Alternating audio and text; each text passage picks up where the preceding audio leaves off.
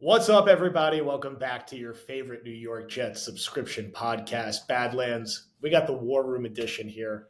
Connor joining me. We're going to use this segment this week to not talk Tim Boyle and Trevor Siemian and Zach Wilson and preview Jets Dolphins. We're going to do all that in the podcast because I know everyone is dying to get into the quarterback stuff. We're going to use this to talk some of the draft questions we got, some of the more fun hypothetical questions we got. We'll keep this one a little lighter because it's a dark time right now in Jets land. We're going to save that darkness for the podcast. We're going to get into that darkness, but for War Room, we're going to keep it a little lighter. Connor, how we doing? Recording this Tuesday night, Thanksgiving week. We're almost there. How we feeling?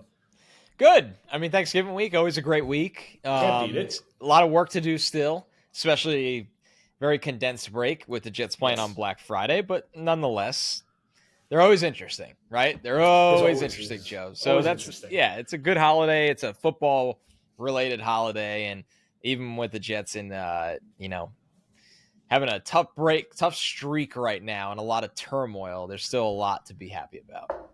Yes. And we'll save it for the pod. But now 2 Thanksgiving weeks in a row, Zach Wilson has been benched for a very random quarterback, a tradition becoming unlike any other for you and I to discuss. But as you can imagine, coming out of last week, we've started to get a lot of draft season questions. People are excited now about the draft because that's what you do when your offense scores 0-1 touchdowns every week. So this one came from PFF George.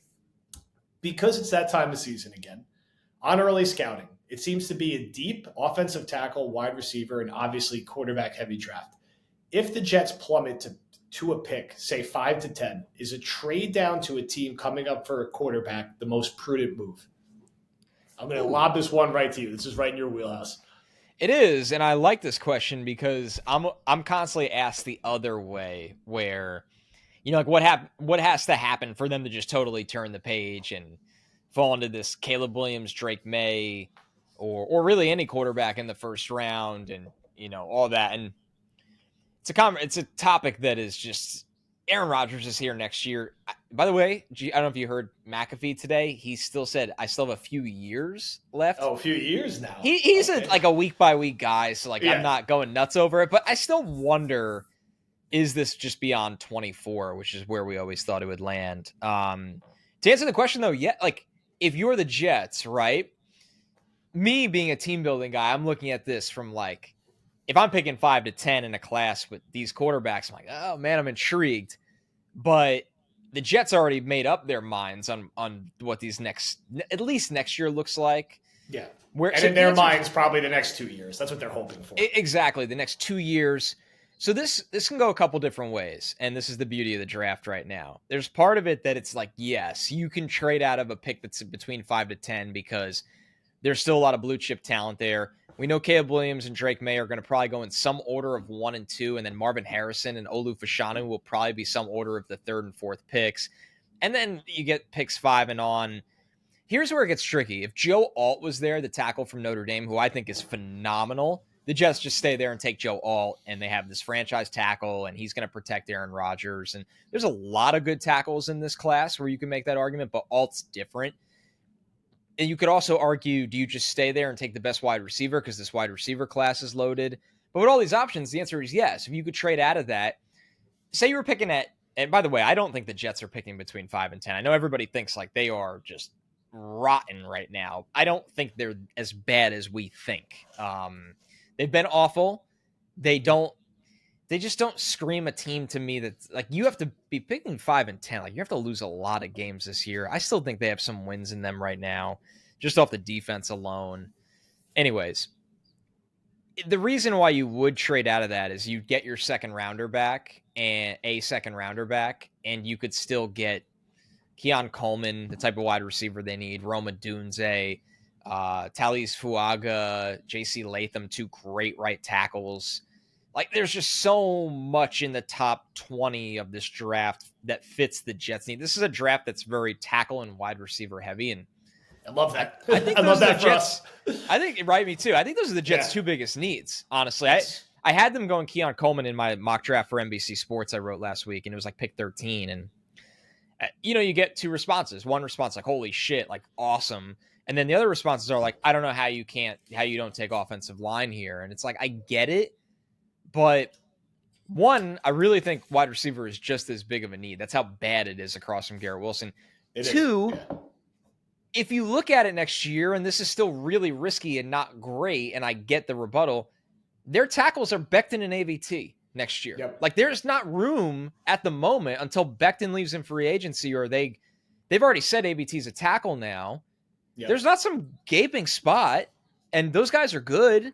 They just have had awful health luck, which you don't have and to they'll tell keep me Mitchell. twice. Yeah, they'll keep Mitchell Right. as the top backup, and like I could see them. And I'm not saying I feel great about that trio of tackles because who knows what's going to happen. I agree with you. Yeah, but like receiver right now with what Lazard has turned into, unplayable. Man, it's a They're scary all group. unplayable.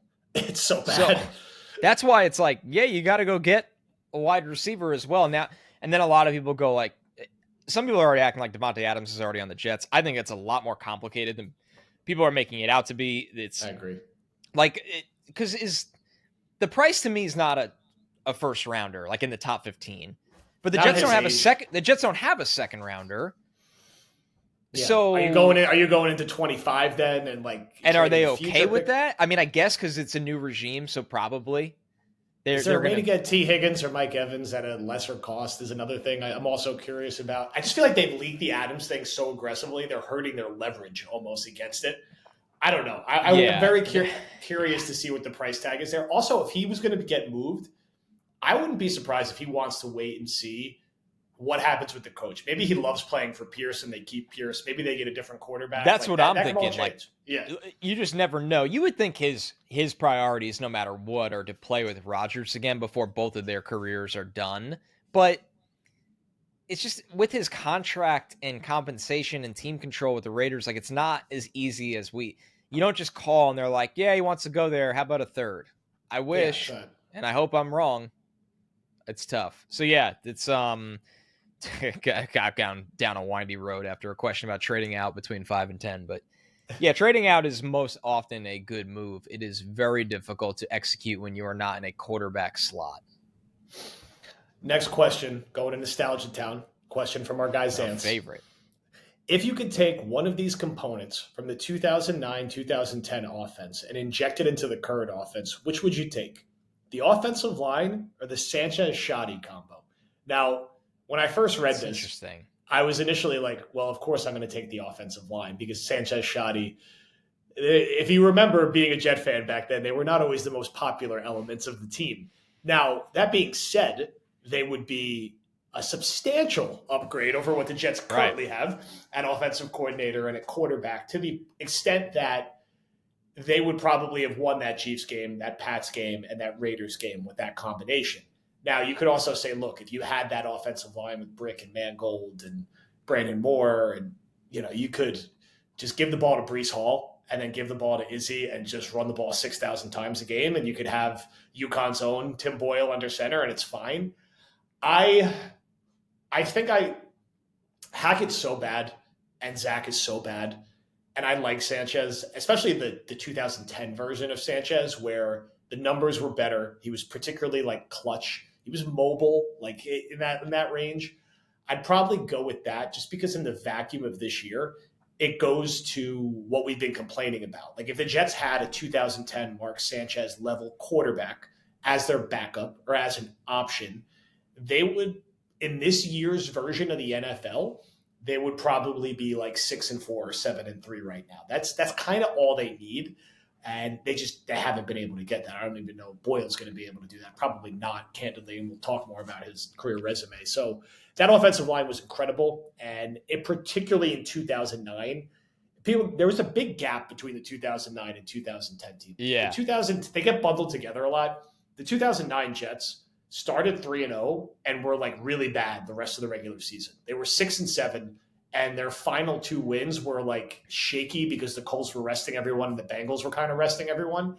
And then they had these 2 great playoff wins. So everyone kind of remembers that team. That team was an even better defense than 2010, but a horrific offense. Like Sanchez's numbers that year were like, I think he had like 9 touchdowns and 17 interceptions. They were like Zach Wilson-esque. 2010, they had like a passable offense, still a great defense. And they were great from week 1, even though they lost week 1. They were still like they were like 6-1 or something, and they were 8-3. They were good the entire season. They were supposed to go to the Super Bowl that year, and they were just about there. And Sanchez was pretty. He was like 19 touchdowns, 13 interceptions. He was running a little more. They had the Holmes, Braylon, Kotry trio. It was more of a fleshed out offense. So that version with Shoddy, who had his flaws, but honestly, when you look at all the offensive coordinators outside of the fever dream Chan Gailey season and John Morton, like Shoddy was like about as good as we've seen from that position on the coaching staff. So I think I got to go with those two just in the quest of some replacement level quarterbacking to go with Garrett. Like Sanchez would have got the ball to Garrett Wilson more consistently, more better. Like it would have made life easier on him. That's what I have to go with as my answer.